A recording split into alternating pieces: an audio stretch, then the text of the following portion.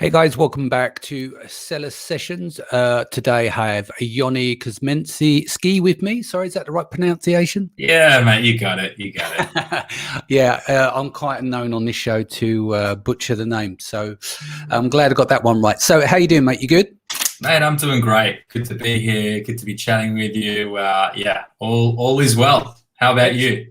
All good, all good. Just a lot going on at the moment, but very good indeed. Looking forward to today's show. Can you just, as it's your first time on the show, can you give the audience a little bit of background on yourself, please? Yeah, absolutely. So you got my name right, Danny. It's Yoni. I spent so we're off to a good start here, but I've spent over a decade in e-commerce, digital marketing, and creative advertising. So always working with enterprise clients. I used to do strategy for Sony, MasterCard, Mercedes-Benz, Medtronic, always from smaller businesses. So that sort of teed me up into my real foray into the Amazon ecosystem. So I joined a business that was doing 2 million and took it to 5 in 12 months. And the way I did that really was I built a team, an agency effectively for this business in the Philippines, and created the processes, the structures, and really, set some rocket fuel under it. And that was what led me to building the 2 businesses that I run today, enabling e-commerce and Amazon sellers to be more effective. So that's staffing. We do end-to-end executive search and HR functions into the Philippines. And the other is our consulting practice that focuses on scaling from a process improvement perspective for Amazon sellers. Yeah, cool. I mean, as I said, we're going to cover stuff on scaling. You've got an org chart and things like that we've discussed before. But what obviously really interests me, we've covered stuff on VAs quite a lot on the show, all different types, different territories and stuff. There's not much more that we can talk about content-wise, but what I found very intriguing in light of the bubble we're in, or supposed bubble we're in, with all the aggregators coming into the space, people more geared to selling their business. We all know that building the business can be costly in terms of a team. So with having people from the Philippines and various different territories and stuff, it's normally quite well driven off SOPs in the very beginning. There's lots of training and stuff like that. So when you look and go, okay, how do I build out my org chart and executive team and stuff? What's interesting about you is that you actually go and look for people in places like the Philippines that are, ex-corporates and stuff like that. So you're able just to allow them to get on. But I'm imagining that the cost per head is a lot different to, say, being in the US or the UK in terms of building out a stellar team. So do you want to go into a little bit about that for me?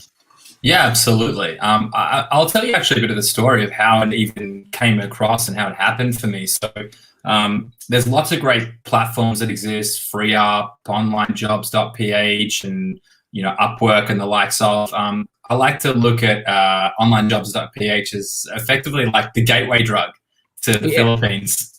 So you get onto online jobs, and this was my journey too. I got onto online jobs, and I'm like, all right, here we go. I'm finding some talent, and I could find sort of VAs, virtual assistants, that could get more of the data entry stuff done, and sort of those basic tasks where I just thought, my time's too valuable. I just want to hand it off and pay, a low cost pay, $2-3 an hour, $4 an hour, and off you go. Yeah. And what happened to me was I got really lucky, and I hired someone. She's now my COO, Joan. If you're listening to this, you probably know, you're probably asleep right now. But I hired someone who she used to wrap companies up for sale. That was what she did as a profession, and just by chance, she wanted to take a lower stress job. So she came in as a project manager. And when I started working with her, I just said, firstly, you're wildly overqualified. Why do you want it? So we got to that thing. But what I actually uncovered was, when I brought a recruiter on, was that there's this entire world that exists outside of the sort online of jobs. Yeah, exactly right. And just for anyone who's kind of wondering about the Philippines, I mean, we're talking about a population of 110 million people, where inside of the business process outsourcing, the BPO industry, 95% are college educated or higher.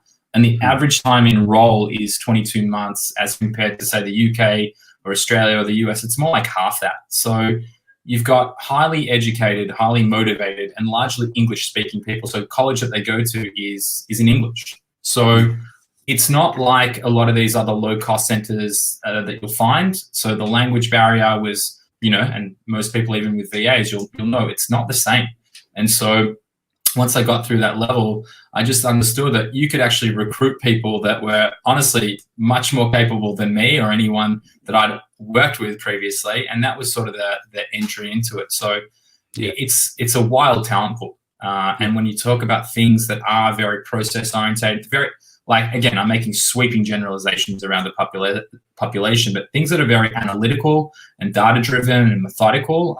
We built an agency, process improvement consulting practice based on that. So, yeah, I think it's interesting because you've got a couple of ends of the spectrum. Some people wear it like a badge of honor. It's like, yeah, my VA's only cost me $3 an hour, but they're sitting there slaving over Slack, watching and micromanaging every move. I mean, that's not life to me. I want people to get on with it. I'd rather pay good money to have good people. But some people set up that way. They're like, that's what they want to do. It's their mindset, and that's entirely up to them. But it does become difficult. I was going to throw in another comment there that give you an example. Michelle Venton, she from the UK, she's already exited. She's one of the hosts of Branded by Women as well. She's on her second time round. One of the things that she did was slightly different for this, was to hire corporates in the UK. So most of them were stay-at-home mums that were doing six figures up the city, had no desire to return, but has a huge skill set, and they just want to do some work. So by distributing that work out evenly amongst the team, that's how she was able to grow her business to 8 figures and exit. So it's a similar thing with what's going on with what you're doing over in the Philippines, is finding that real high level talent. But obviously you're not necessarily paying 6 figures. You're paying based on market value locally of their living costs, etc. I take it, yeah.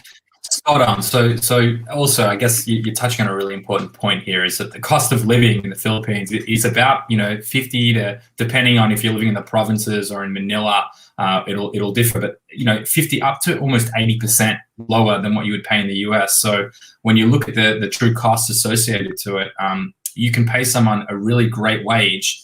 And if you stop looking at it as VAs and you find real talent, then this is how I look at the equation, right? I'm running a business. There's objectives that we're trying to achieve.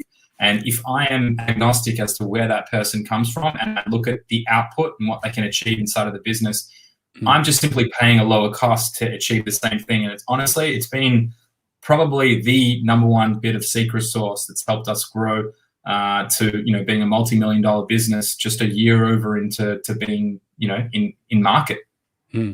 So what's the general process for you guys to source that level of talent then?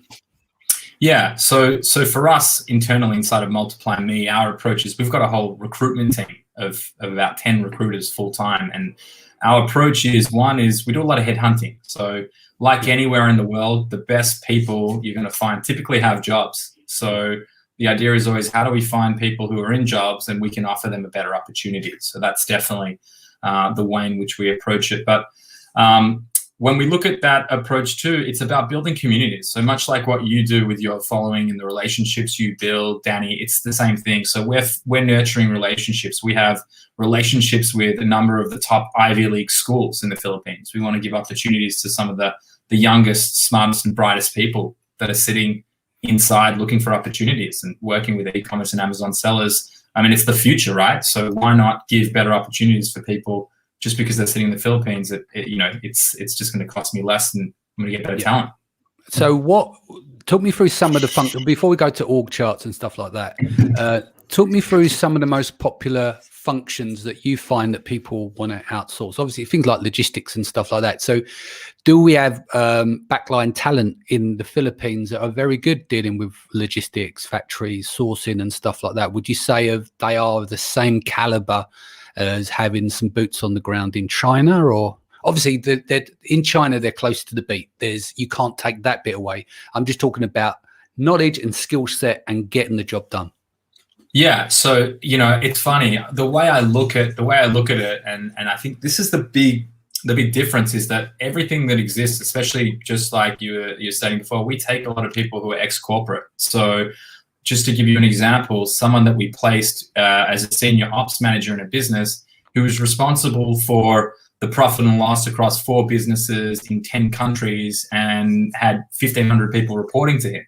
And so that person in the US would have been on 250 plus a year. And, we can find someone who, it's not cheap. It's not $2 an hour, but that same person might have been $3,000 or $4,000 a month. And so huge saving to the business without any sort of drastic, that he was better. He was better than most people that I'd worked with, period. So to answer your question more directly, I mean, we're hiring roles like ops managers, inventory and logistics, supply chain, PPC specialists. We just placed a graphic designer or a creative director who spent 9 years working at Coca-Cola locally. So, right.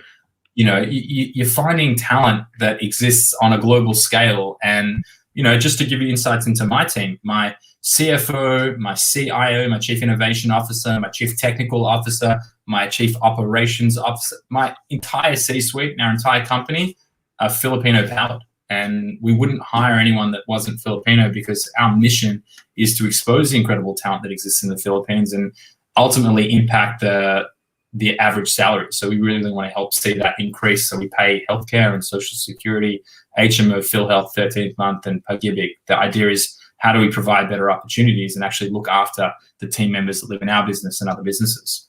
Yeah. So, I mean, I think I've seen with a lot of people, we don't do it ourselves, but you see with a lot of people, they, depending on the size of their business and what other activities they've got on outside their Amazon business, but they tend to set up camp over in the Philippines. So they'll start employing Filipinos for the job, and then they will get a manager and they'll have a localized office there. I know a few people do that, similar to what they do in China. But what would be the difference for you in terms of how do you cohesively roll this team together? Obviously they can jump on a Zoom and stuff, but are you building teams around cities as well so that these guys get work closely together, or are they still obviously spread out across the country? Yeah, so for us, everyone is 100% remote. So of the now about 130 people we have on payroll, no one sits in the same room together, and it didn't help starting at the time of the pandemic or just before it. So, but the reality is, we've all now spent a year working remotely. My business partner lives 800 meters down the road from me, and we choose, electively to sit and work from our homes, and we hang out from time to time. But it's definitely not been a central focus to bring in office space. I'd say that some of the things that you definitely want to look for, though, is, and part of our process is, what's the internet connectivity like? What's the minute, what's the up and down? What hardware do they have? What's their English proficiency? All the basics before you'd even step into an interview with someone. You got to know that they can actually physically achieve the job that is set. Well, I suppose also as a professional setting, because most of the time, when you're on with your VAs, you're hearing birds cheeping in the background, traffic, and you know where I'm coming from. I do. So it's being able to create a professional environment there when you're working at that level, especially if some of the staff are going to be like client facing of some kind, dealing with customers or outreach work when you're dealing with influencers and stuff. So with that in mind, build me a team. Walk me through a team that you could build. For people that listen to the podcast on the playback and live, build me a team. What does the org chart look like, and what kind of backline can you build from somewhere like the Philippines? I mean, I'll be open with. We had a conversation. If you don't mind saying, I'm still looking for a front of house PPC manager, and I don't know whether that we could get someone from the Philippines to do that function on being able to have the technical chops and also the credibility on the front end dealing with 7-8 figure brands, right? So there's an area that I'm trying to work, because I'd come to you straight away. It's very difficult at the moment to find talent, right? Because a lot of people are hoovering up talent in the space and on the edges of the space as people get into Amazon, and these third-party agencies are going from, like the full suite agencies where they cover all different types of marketing. So it's very difficult to really find those people and what's happening as well is wages are being driven up astronomically as well. And to be honest, some of the people I've interviewed, the talent is just not there. Like they're wanting close or over six figures, but I don't mean this in a disrespectful way, but they just wouldn't make the cut. Does that make sense? So yeah, absolutely. What would you say is, in terms of like really strong candidates to build out a team? Do you want to walk us through an org chart of how you could build it out purely on the back line of people from the Philippines that work at an exec level?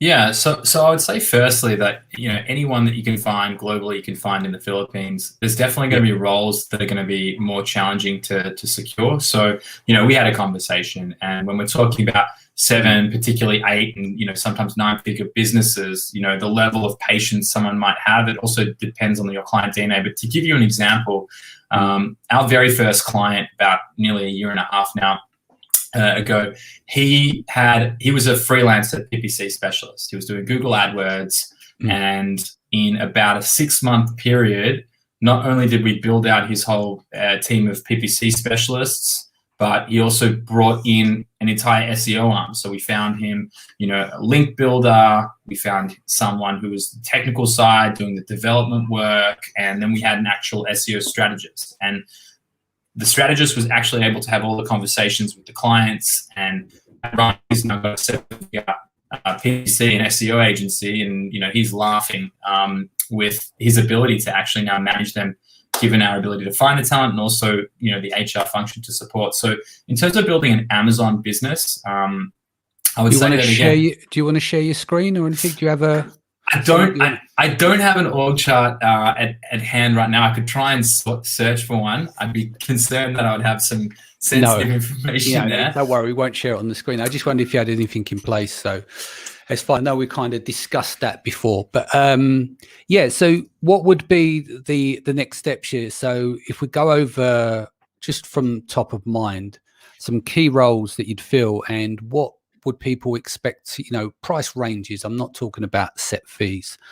So if we are looking for a logistics person, a CFO and stuff, what kind of money would you say is the ballpark people will be looking at? Because that's what people really want to know. They listen to the show and we're saying, okay, let's see, by going to the Philippines, what's this all going to cost at the end of the day running the business? So what is the reality of finding a price range for a CFO, someone doing logistics, etc.?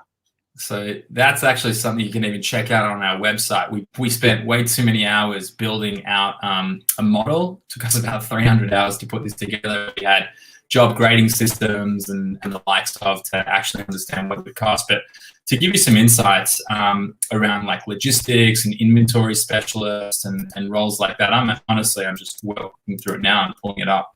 Yeah.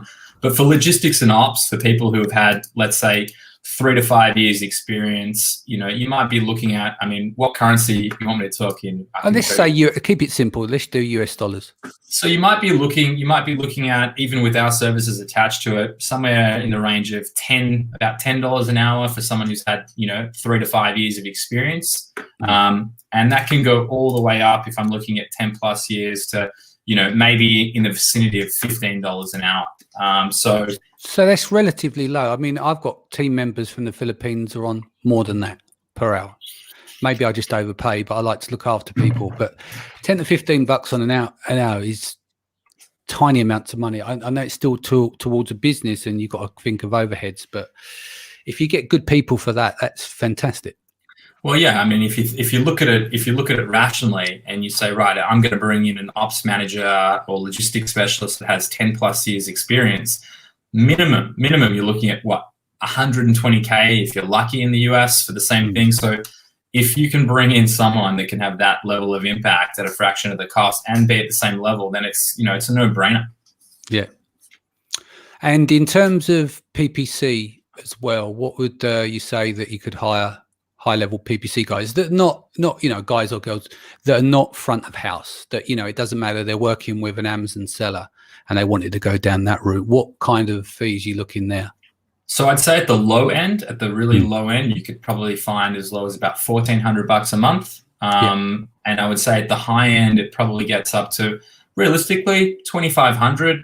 I would say would probably monthly. I'm just used to sort of thinking about it in that way because we place full-time employees into businesses as opposed to sort of the hourly piecemeal rate. A big part of also what we do, and I can talk to you a little bit about the differences around culture and some of the things to really anticipate when working with the Philippines in general. But the way we operate too is that when we're sourcing candidates, it's transparent. So you know how much they get paid, you know how much their benefits are, you know how much we take. And the idea is that it's your business, right? So when we're submitting candidates, it's not, right, you're going to pay $1,500 and that's it. If someone is more experienced and commands a higher salary, then you have every right to say, right, well, he's costing me more or she's costing me more, but that's my decision to make. So that's also a big part of how we're looking at the equation too, is that there isn't one, finite number that you're going to pay for someone, just like, with specific skill sets and experience, you'll be willing to pay more or less for people anywhere in the world. Yeah. Cool. And what about other stuff culturally? I mean, we've discussed it loads of times about Filipinos on the show. We generally know about the 13th month, how they very highly empathic, very loyal, etc. Is there any standout differences between the VAs you would find on, say, onlinejobs.ph? Like, what would you say the big distinct, apart from the skill set and that they've worked in corporate, character-wise, is there any shift there, any differences you should be looking at? Well, I think there's a few things that I talk about that I think are probably less discussed. I might be foolish and maybe it's a really known quantity, but I think some of the things like aiming for quick wins, having that sink or swim mentality that you might have in the US or other countries, it doesn't flow well. It's not a culture where it's about, putting hard pressure on. It's not about hand holding, but giving really clear direction and understanding and getting that feedback has something that has worked particularly well. So, the tendency might be, and, I definitely experienced a lot about this, and I like to call it the disappearing Filipino act, where you'll give them, some sort of a task and you'll think it's very clear and you'll push them and all of a sudden you'll just never hear from them again. And so that is typically, it's almost like a sense of pride to not come and deal with it. It's easier just to sort of move on. Yeah. So I'd say that's one. I'd say, another thing as well is over-defining and never assuming. So, when anyone's coming into your business, but in particular when we're talking about the Philippines here, it's focusing on making sure that they understand each of the steps and rather than pushing, really sort of getting that feedback. Because the reality is when you unlock what their unique talent is, like any individual, they will absolutely excel. But if you're not giving them that room to breathe and you're pressuring them into fitting into a particular box at the start, you'll never actually get that opportunity to unlock what their unique ability is. So I'd say really focus on looking at them as equals, like you should with everyone that you work with. It doesn't matter if you're a VA or if you're from China or Japan. But I'm saying, one of the key things is try and help understand, because they're not going to be overtly direct with you and say, this is what I'm good at, this is how I'm going to have impact in your business, let me go to work. They're going to be more inclined to sort of observe and be a bit more subservient in that capacity. So give them room to breathe. Yeah, I think, on a psychological level, you find that they're highly empathic. They are terrified of making a mistake as well, and they don't want to keep asking you over and over again because they feel embarrassed. And I think part of the disappearing act, as you call it, is a level of shame as well, because they felt that they couldn't deliver and they couldn't face up to that because they're embarrassed and they don't feel like, for them, it may feel like a confrontation when it isn't. It's just every part of day business. And so for that, they disappear. It's the same where a lot of people over there might not necessarily want to turn their cameras on. Like, I won't do an interview unless you're going to switch your camera on.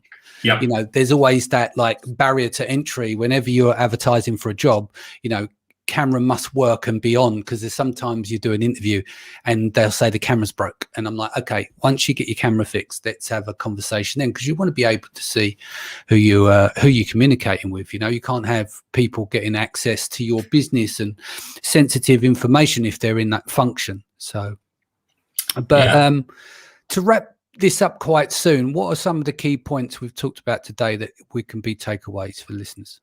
Yeah, well, I'd say one thing that I actually didn't cover was, when it's bringing people on, invest in the onboarding process. So, really define the expectations, help set out the KPIs, and when you're trying to swim and have them swim in their lane and work together cohesively, it's always going to be helpful in any scenario to really define what that looks like. So understand who you're working with, make sure that they're a cultural fit too, and have those constant touch points. So building in, again, it's like working with any remote team. It's not grossly different to working, with you and me together here. It's just about sort of pandering to some of those sensitivities that you sort of outlined. Yeah. Cool. So let's wrap it here then. What's the best way that people can reach you? Yeah, I would say check out multiplyme.com, MII, or weareescala.com, and you'll be able to find links to the best person for each of the businesses directly there. Excellent. Thanks, guys, for joining us. Don't forget, Sharon Evans back here tomorrow. I'll see you again next week. Take care of yourself and your family. Much love, and I'll see you then.